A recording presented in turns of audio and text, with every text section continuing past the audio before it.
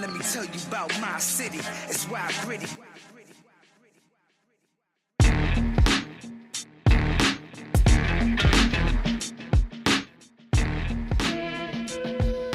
And welcome into another episode of The Change-Up on WOAY Sports. I'm Matt Digby, joined as always by Tom Beal. Happy December. Happy end of the college football regular season. Tom, you've gotten to experience college football in West Virginia and Virginia because you got to see a couple of Virginia Tech games for the first time. Yeah, and we're fortunate to have two good teams that we cover, with very strong seasons.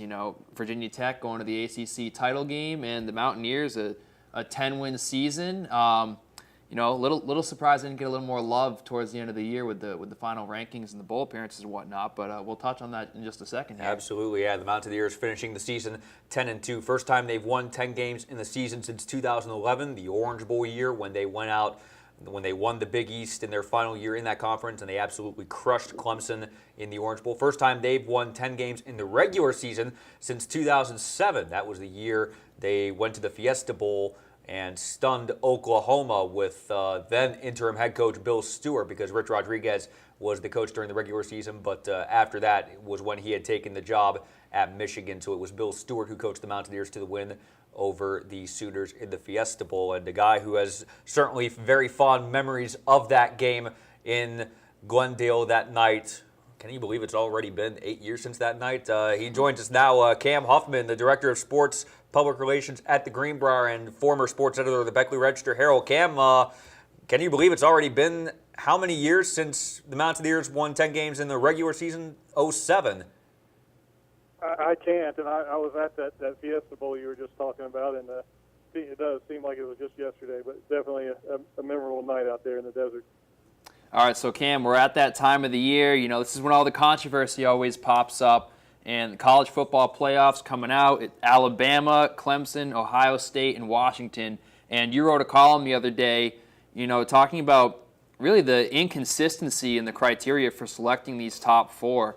And I don't know. What do you have to say about the way things shook out this year?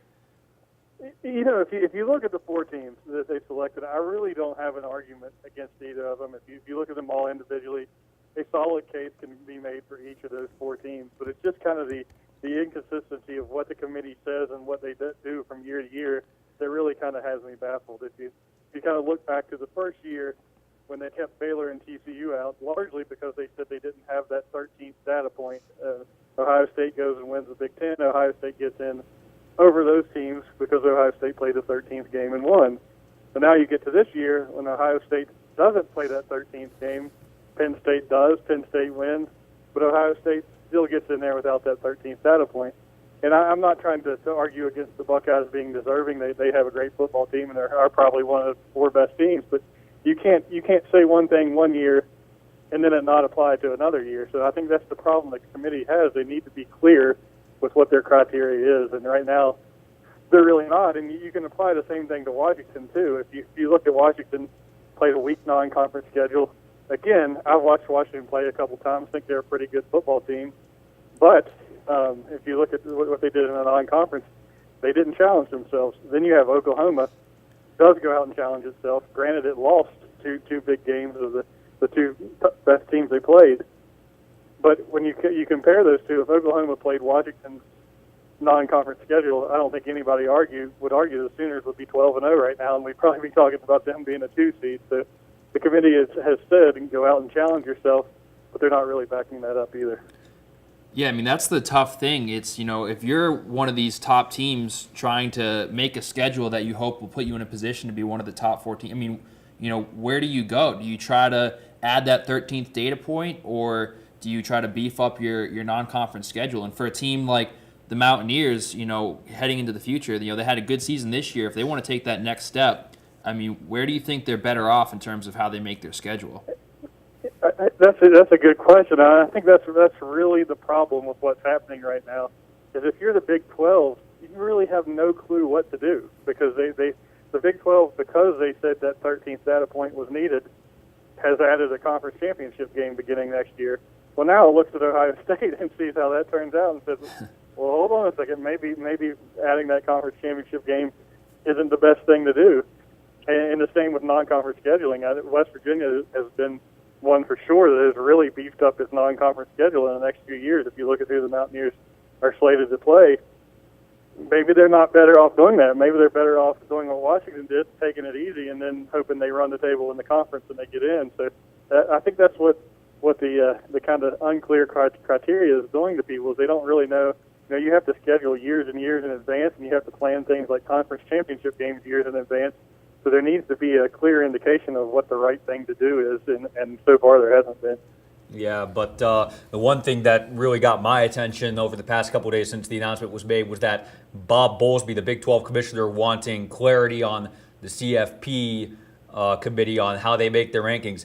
That said, I mean, you take a look at the top two teams in the Big 12, Oklahoma and Oklahoma State. They did schedule more big-name opponents in Houston and Ohio State, but I mean, they did fairly decently against Houston, but Ohio State, I mean, no matter how you look at it, the Sooners they were clearly the second best team on the field that day. And then you also look at the second best team in the Big 12 this year, Oklahoma State. They lost a game to Central Michigan that, frankly, they had no business losing. I mean, yeah, you can argue the way it ended, that final play was, subject to a lot of human error, but the fact of the matter is that the Cowboys shouldn't have been in that position to begin with, where they gave the Chippewas a chance to win on the final play. So the way I see it, a lot of people do have a right to be upset. I just don't think Bob Bowlesby is in that category. What's your take on that? I agree with what you said there. I think I don't really think a Big 12 team is deserving based on what we've seen so far. But again, if Oklahoma wouldn't have challenged themselves by playing Ohio State, if they would have played one of those teams that Washington played, they wouldn't have that loss to Ohio State. They'd be 12-0, and they'd be in. I mean, it's as simple as that. So basically, Oklahoma doing what the committee asked them to do and playing difficult non-conference games cost them. Because I think a 12-0 Oklahoma, don't you agree, would be in right now? I would agree with that, yes. They needed to add Portland State to their schedule, apparently. FCS Portland exactly. State. And I think I don't really have an argument that a Big 12 team belongs, but I just think if you're the Big 12 right now, if you're Bob Bowlesby or one of the ADs in the Big 12, you're in a kind of a strange position because you don't really know what to do because the criteria seems to change from year to year. Yeah, I think if you're any of these conferences, you just want clarity on what you need to be going after, whether it's adding that 13th data point or if it's scheduling tougher non-conference opponents. But what about a team like Penn State? I mean, do you think they have a legitimate gripe for not being included in here? I mean, I know Ohio State's a great team, but if you're Penn State, you're saying, well, we beat Ohio State and we won our conference championship. Yeah, I do think Penn State has a great gripe. I mean, again, if I'm really sitting down and looking and saying who are the best four teams, I would include Ohio State in that mix. But based on the criteria that the committee has said before, yeah, Penn State won the head-to-head matchup and they won the conference. So those are two major stars in their corner that obviously didn't make the difference for the Nittany Lions. Yeah, well, that's definitely going to be a talking point. But another talking point in these parts is also West Virginia University. They finished 10-2, a third-place finish in the Big 12, always very respectable. Yeah. And yet they are in the Russell Athletic Bowl coming up on December 28th against the University of Miami, Florida Hurricanes, while example, you have a team like Auburn going to the Sugar Bowl, a New Year's Six Bowl. That's where, if I would be with Bob Bowlesby on this, where, yeah, I know the Sugar Bowl has a tie into an SEC school, but, I mean, when you really think about it, 8-4 Auburn versus 10-2 West Virginia, that's a head-scratcher. I do sympathize with the Big 12 and especially with WVU there. What's your take on that? Yeah, I agree with you. I think a 10-2 West Virginia team is more deserving of something other than the Russell Athletic Bowl. And I don't want to really thumb my nose at the Russell Athletic Bowl because it is a good bowl. It's a quality bowl. It's a good location, and I'm sure there'll be a lot of fun events in Orlando, and the players will have a great time and enjoy the experiences, which was really what bowl games are about. But when you're 10-2 in a major conference, and both of your losses came to teams that were, at least last week, ranked in the top 10, I think maybe you deserve a little bit more. And the thing I hate about it for West Virginia is that, they play two top 10 teams and lost both those games, so they haven't really beaten a ranked team this year. I would have liked to see them have that opportunity to prove themselves a little bit in the bowl game. And against an unranked Miami team, even if they win, people are still going to be questioning the Mountaineers. So I feel like I would have liked to see them have a chance to either prove themselves or prove the committee right that they did belong where they were around 16. Cam, I know you were in the press conference room after the win against Baylor and heard Coach Holgerson's comments about, basically what you just said. Their only losses were to top 10 teams. And I know you've been following this team all year long. Would you rank them, closer to the top 10 or maybe up in that top 10 like Coach Holgerson seemed to be advocating for? It's funny. You don't see very often that you play 12 games and you're still not sure how good a team is. But that's kind of where I am with the Mountaineers. If you look at it, they really the critics are right that they really don't have a big win anywhere. They haven't really beaten anybody, but they've beaten a lot of quality teams. Maybe not great teams, but winning 10 games and really, other than Youngstown State, every game was a pretty decent team. Even Kansas was playing a little better, and Iowa State was playing a little better by the time the Mountaineers saw them. So I think what they've done should be looked upon pretty favorably, and people should maybe rank them a little higher. But they don't have the big win. But then if you look at it also, even the Oklahoma game, which kind of looked like a blowout on paper, if you take away those couple of those turnovers, especially in the red zone, and give West Virginia some points on those red zone trips, yeah, that's a different game. And the same thing with Oklahoma State. It really came down to 3 turnovers. So I don't think that West Virginia is really far away from those top-notch teams, but it just the ball definitely didn't bounce its way this year. And I don't know. I would probably put them a spot or two higher, maybe somewhere around 12. I think some of the teams that are in front of them are a little questionable, but I'm not positive they've earned top 10 distinction. Yeah, certainly one of the teams that is ranked ahead of the Mountaineers is USC, a team that lost 3 games early in the season. Granted, they rebounded back and finished the season very strongly, and had Colorado lost in one of their final regular season games, it would have been USC playing Washington for the Pac-12 championship instead of the Buffaloes. What's your take on USC now that you've gotten to see them play? And yes, they are a 3-loss team, but they have really grown up this year with Sam Darnold at quarterback and with Clay Helton in control of the Trojans. Yeah, I think they're definitely a legit team. I don't think they deserve to be in the college football playoffs because of those 3 early losses. But if you're really sitting down right now and figuring out who you think the best 4 teams are at this point, they may be in that group. I think they're that good. So yeah, I don't have any problem with their 3 losses being ranked ahead of West Virginia. But there are some other teams maybe that are a little more questionable. All right, and so looking back on this season, this is the first time for the Mountaineers that they've won 10 games in the regular season since '93. 07. 07. So I mean, no matter how you slice it, it's a pretty good year. How do you think that fans will look back on this season? Will they remember it as one of the better seasons in recent memory?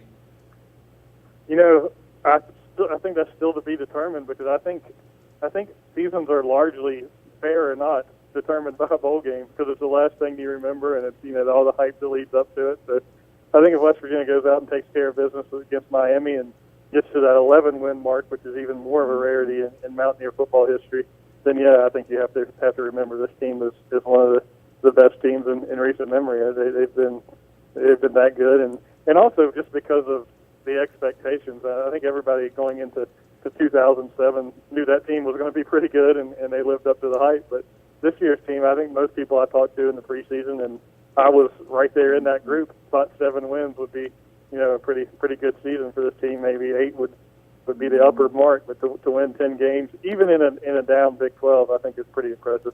And then what about Skylar Howard? I mean, I'm kind of an outsider here, but just being at some of these games, it seems like, I would hear fans, kind of booing him or just talking badly about him. And from where I see it, it seemed like he's done a pretty good job throughout his career. How do you think he'll be remembered by Mountaineer fans? That's a good question. I think Skylar Howard has had one of the strangest careers you could possibly imagine. Because if you look at his numbers, they're really pretty incredible. He's one of the numbers-wise, one of the top 3 quarterbacks to ever play at West Virginia. But I mean, if you really look at him, I understand the critics. He misses a lot of throws. He makes some key turnovers at key times, and so. But I think what Skylar Howard is a guy who got more out of his talent than anybody. I just think he's not the most talented kid. He's not Geno Smith or Mark Balger or any of those guys at the top of West Virginia's career quarterback list. Jeff Hostetler. He's not them, but what he is a guy that really maximizes his potential and gives it his all. And I think what Skylar Howard's impact on his team is, it goes beyond what he does on the field. It's what he does in the locker room and the way that his teammates follow him and look up to him. He's a great leader on that team, and I think without him, this team has no chance of getting to that 10-win mark. So I think West Virginia fans should look back on him favorably and be happy with what he did in Morgantown. Absolutely, yeah. Howard certainly has accomplished a lot in his time, and another player who has accomplished a lot in his time in Morgantown is getting quite a bit of praise for it publicly is the senior center Tyler Orlowski. He was one of the guys that was consistently getting named to preseason watch lists, midseason All-America lists, and on Monday it was announced he was a finalist for the Remington Trophy, goes to the nation's best center. Not really that surprising. I mean, we were expecting a big season from Orlowski this year on the offensive line, and he has certainly delivered. He definitely has, and I was thinking about that the other day. Who's the MVP of this Mountaineer team? And it may be Tyler Orlowski. The center doesn't get a lot of credit sometimes, but he is so important to that offense and what he does. Not only anchoring the middle of the line, but he makes a lot of the calls on the line, and he sees things and reads defenses. His interaction with Coach Holderson, they talk all the time about what they're seeing on the field, and he helps determine what they're going to do offensively, and that takes some of the pressure off of Howard to do that as well. So. Yeah, I think Tyler Orlowski is probably the most valuable player on this West Virginia team, and you would have seen a completely different season without him. All right, Cam, so we'll wrap things up here. I know you're probably predicting a win for the Mountaineers here in this Russell Athletic Bowl, but how do you see things playing out? Could this be a potential blowout in your mind? I don't think so. I think, first of all, I don't think West Virginia is really a blowout type of team. The way they play, they've been kind of more of an old school, grinded out, look kind of like a Big Ten team at times, with running the football and playing defense. So I don't think that really sets up for a blowout much. And you remember Miami is still Miami. They still are surrounded by a ton of talent in that area and have a lot of it on the football team. So I don't think Miami's a great team by any means, but I think they have certainly the athletes to keep it close and make it interesting. Yeah, and it should be a good matchup between two schools that were former Big East rivals. The Hurricanes, of course, moving to the ACC, and, of course, the Mountaineers now in year 5 in the Big 12. But really quick also, the other big news in college football from Monday, the Heisman finalists. 5 gentlemen will be headed to New York this weekend. Lamar Jackson, Deshaun Watson, Jabril Peppers, Dede Westbrook, and Baker Mayfield. So Oklahoma getting 2 representatives. Not the first time that's happened in recent years. I remember 04. Liner and Bush. Yep. Well, Liner and Bush were both there in 04, but also I think it was not just that year, but the year before, Jason White and Adrian Peterson were both finalists 03. in 03, 04. But do you think at this point it's a runaway deal for Jackson at this point, Cam? It probably is. I don't know. It might not be quite as big of a runaway as it would have been, because Louisville kind of stumbled there a little bit down the stretch. To me, the best player I saw all year was Dede Westbrook, but quarterbacks kind of have an edge when it comes to the Heisman. So I would be surprised if it's not Jackson, but I'm not sure he would be my pick at this point. He's great. Don't get me wrong, but Westbrook I think is just such a game changer on any play. Yeah, I think just because Jackson kind of jumped out to that early lead and got all the hype and then didn't really do anything to significantly deter people away from that, it'll probably end up, going in his favor. But it'll be interesting to see Saturday night. Yeah, it should be fun. All right, well, Cam, really appreciate you coming on and getting into this with us here. Exciting time of the year, and for the Mountaineers, a chance to get win number 11. We appreciate you coming on to talk about it with us. Absolutely, anytime. I always love talking football. Absolutely, right. And I'm sure we'll be talking soon girls and boys basketball, because WVU, they're off to a great start, and then you see Greenbrier East a lot. They're getting ready for their seasons as well. Yeah, it should be fun. I can't believe basketball season's already here, but it is. Yeah. All right, well, thanks again, Cam. We'll talk to you soon, buddy. All right, thank you. Yep. That was Cam Huffman, the Director of Sports Public Relations for the Greenbrier Resort. He is also the former sports editor of the Beckley Register-Herald. And we're talking a lot about WVU again.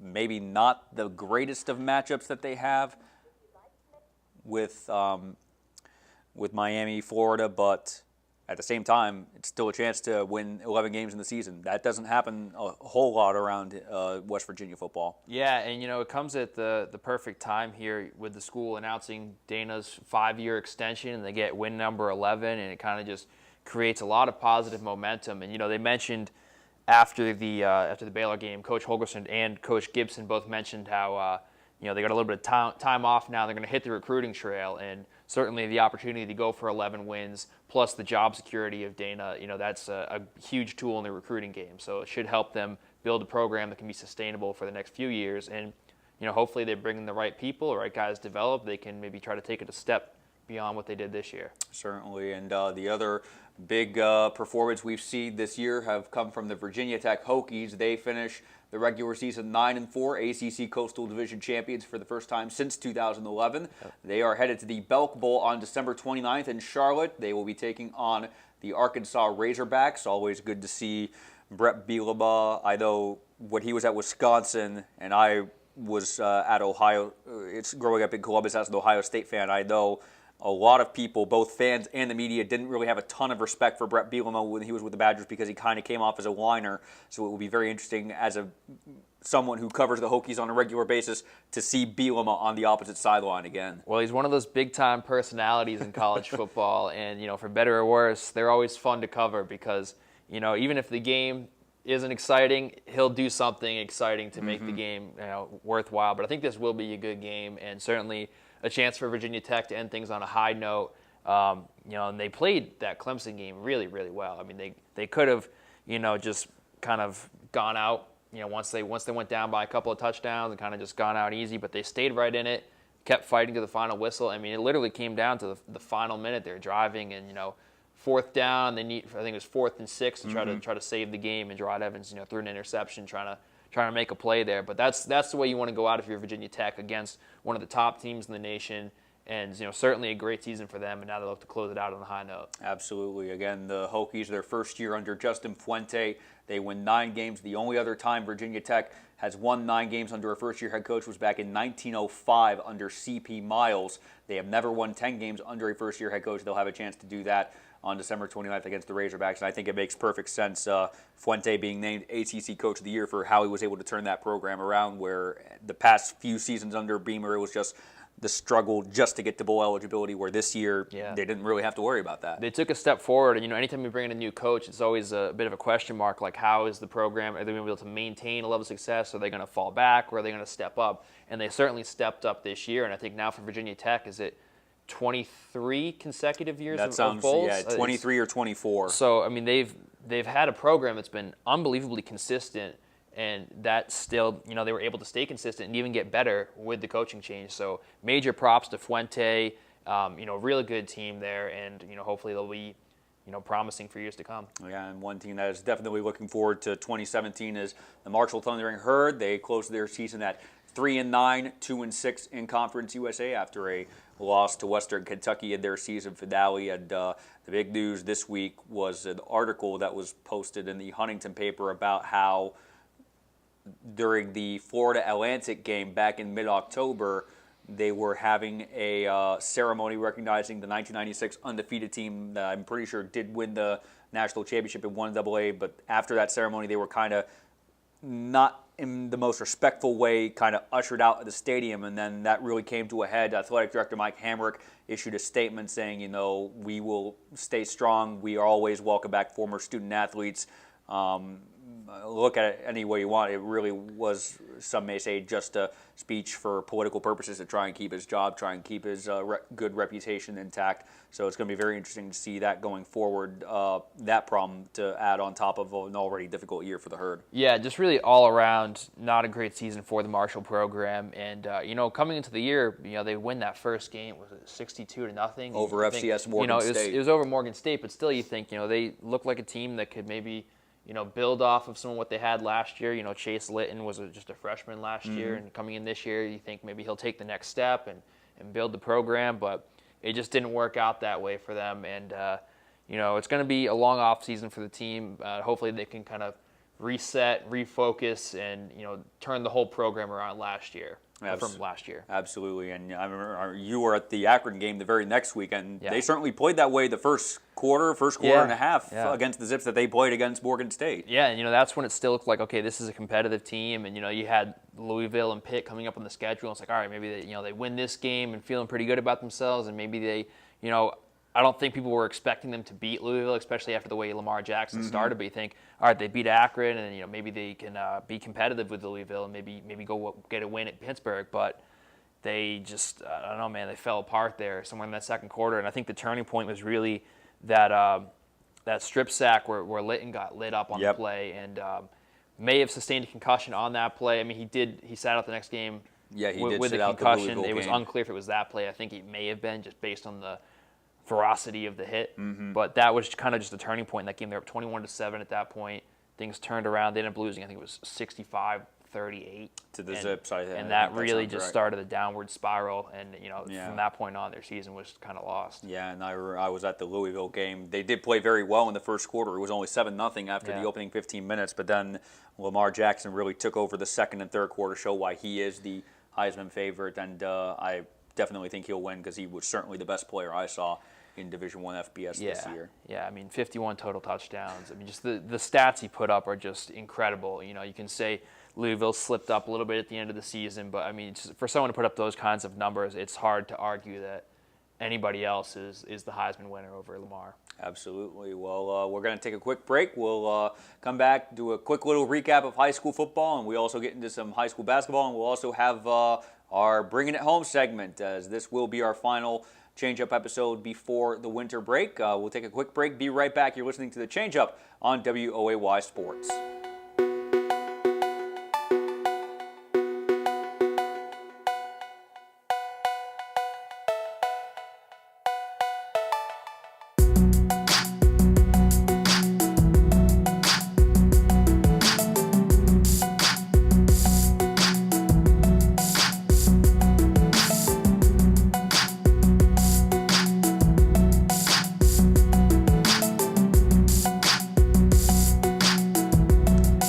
Back into the Change-Up on WOAY Sports. Matt Digby, Tom Beal. The last segment we talked about college football. Again, West Virginia in the Russell Athletic Bowl taking on Miami, Florida, and Virginia Tech in the Belk Bowl in Charlotte taking on Arkansas. But we also had a great high school football season.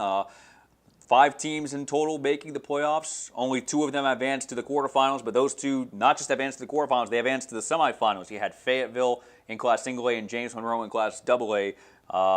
The season didn't quite end the way we would have hoped, but still nothing to take away from a great season for the Pirates and Mavericks. Yeah, unbelievable for Fayetteville, the undefeated season, and just really they had that whole community behind them, and it was something special with such a small program.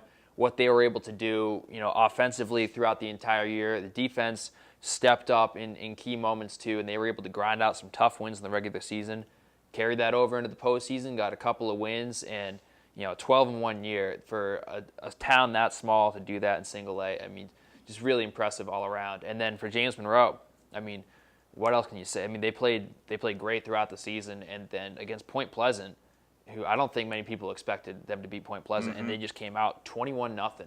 Yeah. Just shut them out, and that's a really a statement win for them. Mingo Central a week later, that's a tough task, and that team went on to win the AA states. So, they're certainly not a loss to hang your hat on, but great season for both of these teams, and just really impressive. Yeah, Mingo Central and St. Mary's both winning games against the area teams in the semifinals. Those teams also went on to win the state championship in their respective classes, and Mingo Central played several area teams. I remember Wyoming East, they opened the season with a win against, and also the AAA champion Martinsburg. Princeton got to play Martinsburg. So you take a look at who area teams have played. They've played Yeah. in a lot of cases, the eventual state champion. Well, yeah, if you got to lose, you want to lose to the best, a team that goes on, and that way you can say, we matched up with those guys and we went head to head with them and we gave it our best shot. Because at the end of the day, if you don't win the game, that's all you can say is we gave it our best shot. And I think that in the case of James Monroe, in the case of Fayetteville, they absolutely did. I mean, they had outstanding seasons, and every team at that stage of the season has had an outstanding season. So someone's got to win, someone's got to lose, and certainly nothing to be upset about. Great seasons all around. Yeah, and you had a chance to go to that semifinal game in Class AA, James and Earl at Mingo Central. I've heard a lot of good things about that facility they have, and I've never seen it up close. But anybody who has not been there yet, check it out at some point. Because I was driving for about 2 hours in the middle of nowhere, and then I just pull up on this monstrosity of a football field with it looked like a huge concert venue, because there was just a massive parking lot completely filled with cars and trucks, and just a beautiful turf field all lit up under the lights. It was tremendous atmosphere for football, especially playoff football. It was cold, lights were on, crowd was filled up. It's just real good energy for that game. So if you're one of those who has a stadium bucket list, make sure Mingo Central's stadium is on that list. According to Tom, it should be. Yeah. Good time if you're willing to make the drive, for sure. Absolutely. Well, high school football is in the books. That means high school basketball has started. I had a lot of big performances already. We've heard Wyoming East girls basketball, the reigning champions in Class AA. They opened the season at a tournament in Fairmont where they did lose to the number 2 team in Class AAA in Huntington. Then the very next day, they came back and won by several over the defending champion and number 1 team in Class AAA, the Morgantown Lady Mohegans, a game where Emily Saunders had a triple-double, only one of 2 Wyoming County student athletes to have a triple-double that weekend, Morgan Thomas from Westside being the other. But what's very more interesting to me is the fact that Gabby Lapardis was injured in that game and did not play the second half. Kara Sandy did not play the entire game because she was fighting an illness.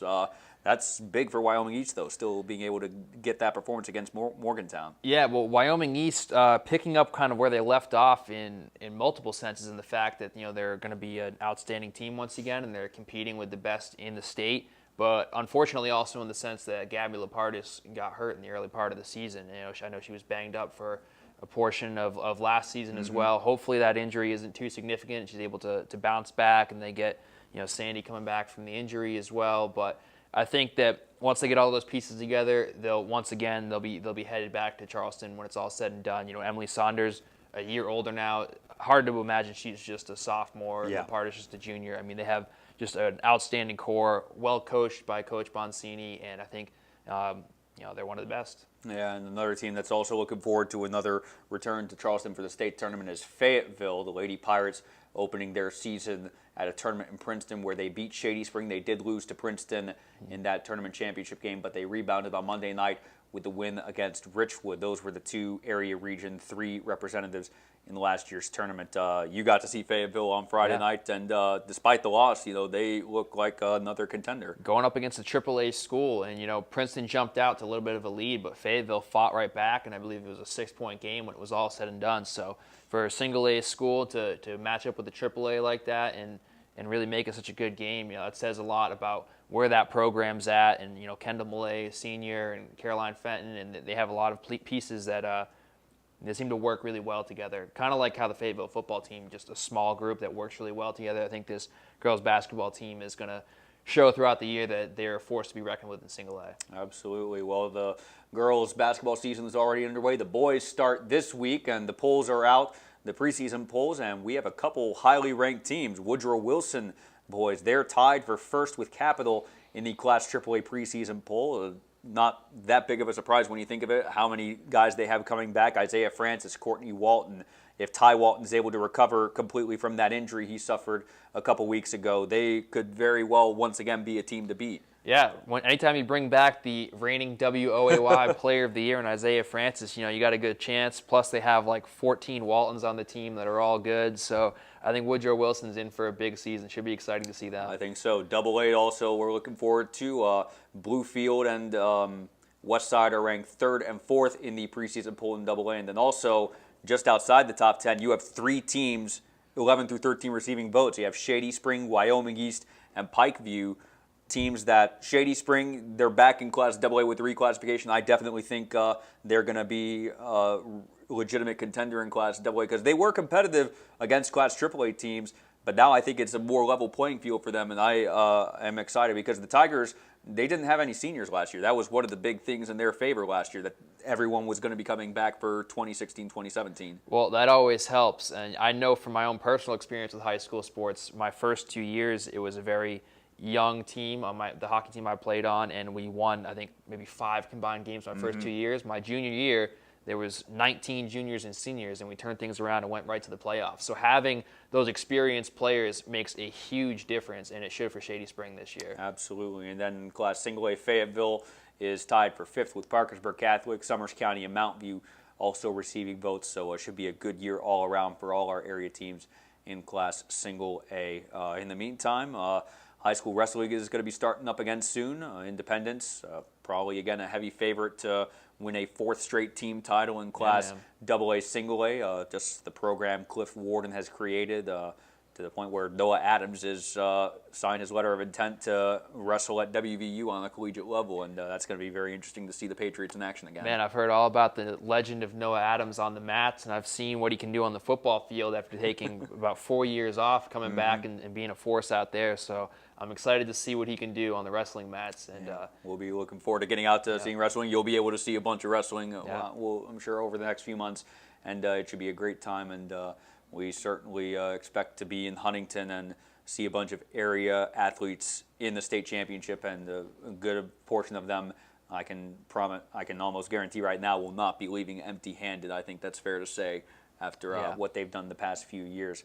But now let's bring it home. This is our final break final episode before the Christmas break. Just want to wish everyone a Merry Christmas, Happy Holidays, and Happy New Year. We will see you again in 2017. A couple things bringing it home. First off, I don't want to sound like too much of a salesman, but if you're a sports fan, I got a couple books I might want to recommend. I know Joe Buck, the legendary Fox broadcaster, is coming out with a book. That's on my list. Yeah, it is on my list too. I mean, he's one of those guys that I'm really on the fence with Joe Buck, but I certainly plan on reading that memoir that he has coming out. But a book I do have that I think a lot of sports fans would enjoy reading came out 2 years ago. Al Michaels' memoir, You Can't Make This Up.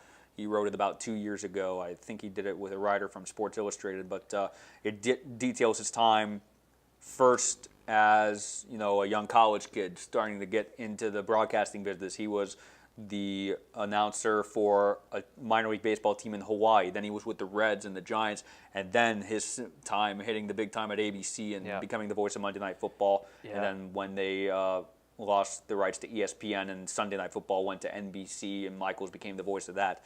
But that is going to be a very interesting book. And then another book I'd like to recommend is an oral history book, and I'm definitely recommend this to you, Tom. It's by a guy named James Andrew Miller. It's called Those Guys Have All the Fun. I've read that book. You have read that book on ESPN. Very great book. James Miller is a great author. I've had a chance to. He's written several books in this format where he kind of gives a little bit of background info, but for the most part, he lets the major players in the business tell the story of what happened. That's what happened with. When you're talking about the history of ESPN, there's a lot of major players, so you hear from many different voices, and it's so interesting to get like that behind the scenes perspective, especially in the early years of ESPN, because I mean this was literally something that was just conceived by a dad and his two sons from Connecticut, and they're just like, you know what, like let's make an all sports network, which at the time in the late 70s, that idea was absolutely crazy. And you just look at the way it's transformed the entire sports media landscape. It's pretty amazing. So a really good read. Definitely, I would recommend that one to people. Yeah, Jim Miller, he has 2 other books that I would also recommend. I had a chance to read one of his other books not that long, actually just about a month ago. One is Live from New York, which is the same style, only it's talking about the history of Saturday Night Live, which was very refreshing to read. It's not sports, but still, very culturally appropriate. And his new book is about kind of the big talent agency for all the stars in Hollywood, which I haven't read yet, but I will probably make an effort to read if I can locate it in the library or bookstore someplace. But definitely, Those Guys Have All the Fun is the name of the book, Inside the World of ESPN. James Andrew Miller, again, the author. Another thing I want to bring up, go into soccer a bit. We told you last episode that Jurgen Klinsmann was not off to a great start in the Hex qualifying with the U.S., but since our last episode, he has parted ways with the U.S. men's national team, and they have gone back to Bruce Arena. He has been brought back for his second stint in charge of the men's national team.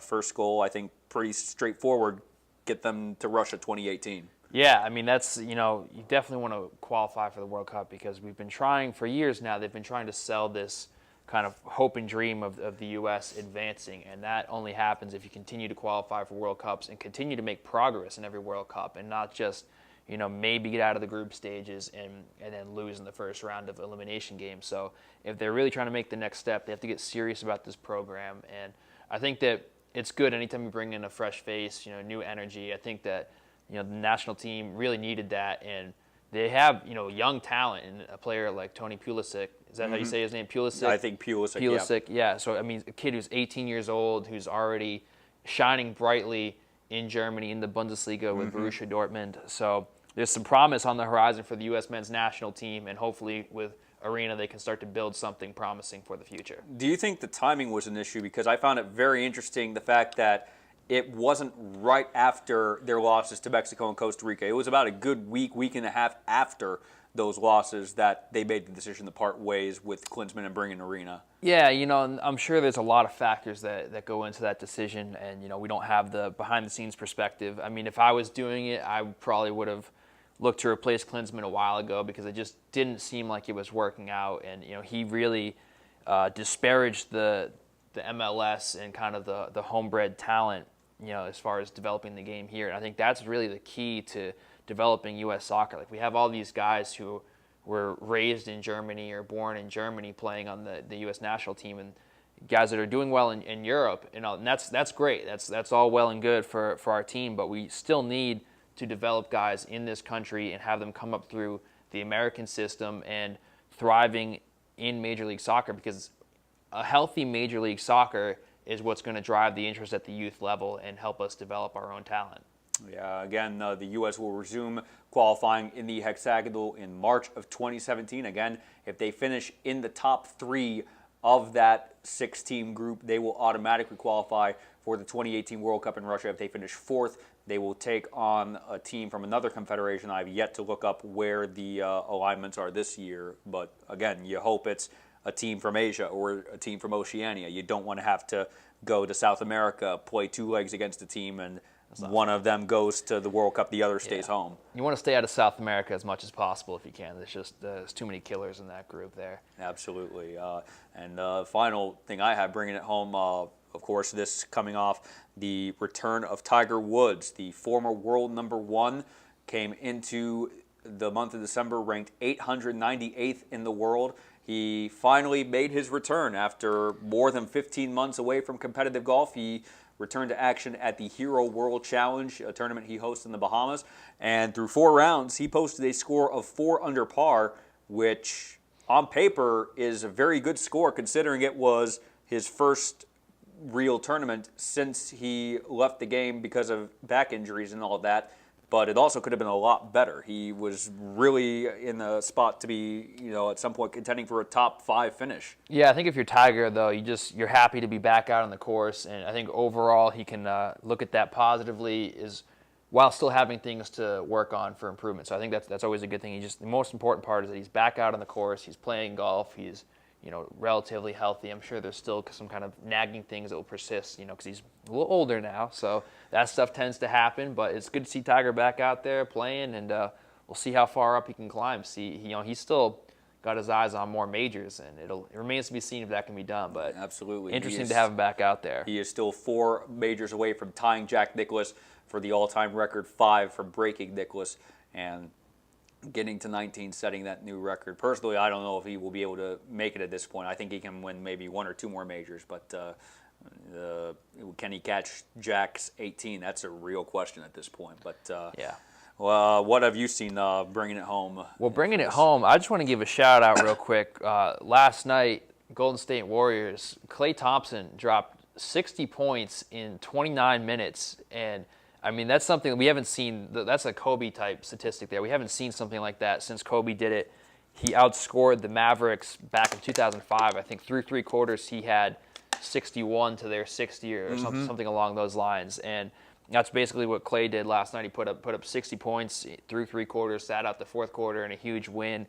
And it's interesting to see the Warriors, kind of all coming together now with Durant in the mix. And a lot of people wrote off Klay Thompson at the beginning of this year, saying that he's going to be the guy who had to take a back seat and would he be able to handle it. But the Warriors showing that they can still get everyone involved. There might be some nights where certain guys are going to have to take a back seat. Like last night, it was Draymond having to take a back seat so that Clay could come out and shine. Durant still got his 20. Curry posted a double-double. But I think that this is a team that they're figuring out how to mix all those pieces together. And a lot of the hype about, is Clay going to be able to handle this? Or the ego is going to butt heads? I think that they showed last year that they're a team with really good chemistry, and that hasn't changed with Durant in the mix this year. Yeah, you certainly expect the Warriors to again be a contender in the NBA Finals, especially with the addition of Durant coming over from Oklahoma City. But meanwhile, NHL, that season's underway. I know I've been able to follow the Bruins, but I know my Columbus Blue Jackets, they are on fire right now. It's great to see them.